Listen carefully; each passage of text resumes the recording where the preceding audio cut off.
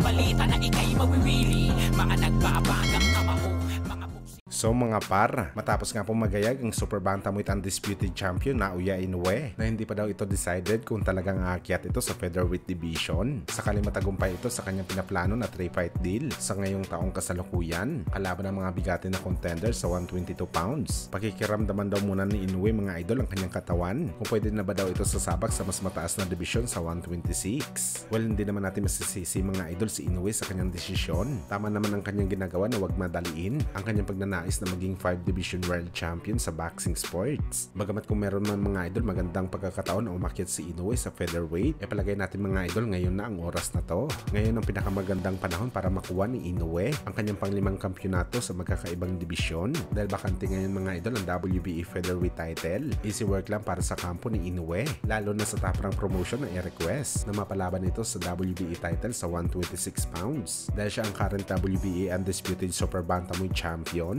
Malabo po tanggihan ng World Boxing Association o WBA ang request ni Inoue dahil isa itong malaking draw. Kumbaga mga idol, si Inoue ang highest paid boxer sa mababang dibisyon. Sa madaling salita mga idol, magkakaroon rin ng malaking sanctioning fees ng WBA kapag si Inoue ang maging champion. At alam nyo ba mga idol na hindi lang basta-basta WBA ang naghihintay kay Inoue sakaling umakyat ito sa dibisyon sa featherweight dahil ang may hawak ng IBF na si Luis Alberto Lopez at ang WBO champion na si Rafael Espinosa ay hawak pala ng top rank promotion ni Bob Arum. Madali lang maikas ang unification fight ni Inoue. At ang kinagandahan dito mga idol, ang may hawak ng WBC na si Ray Vargas na dating nasa PBC pero umalis na din dahil sa problema ng PBC at lumipat ito sa DAZN ni Ed Hearn, which is nakatie up naman ito sa top rank promotion ni Bob Arum. Ibig sabihin mga idol, kunting panahon lang mapapalaban kaagad si Inoue sa undisputed fight sa featherweight. Sakaling malagpasan niya ang 2 o 3 laban niya dito. Pero gayon pa man mga idol, nare-respeto pa rin natin ang desisyon ni Inoue na manatili muna sa Super Bantamweight at kalasin muna ang kanyang mga contenders sa bakbakan.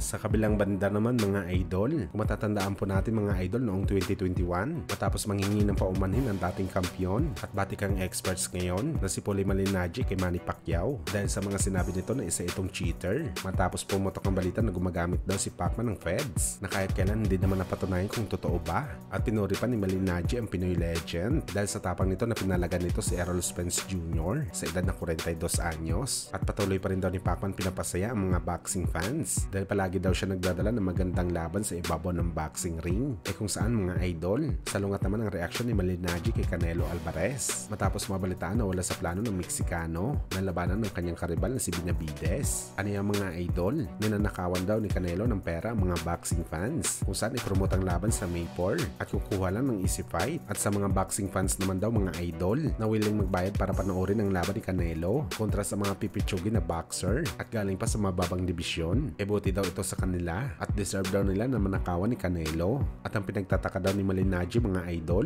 parang wala daw ginagawa ang mga sanctioning bodies na hawak ni Canelo na pwersahin ito na lumaban sa kanyang mandatory kagaya ni Morel at Benavidez na ilang taon na mandatory sa titulo hanggang sa ngayon hindi pa napapalaban sa isang world title fight.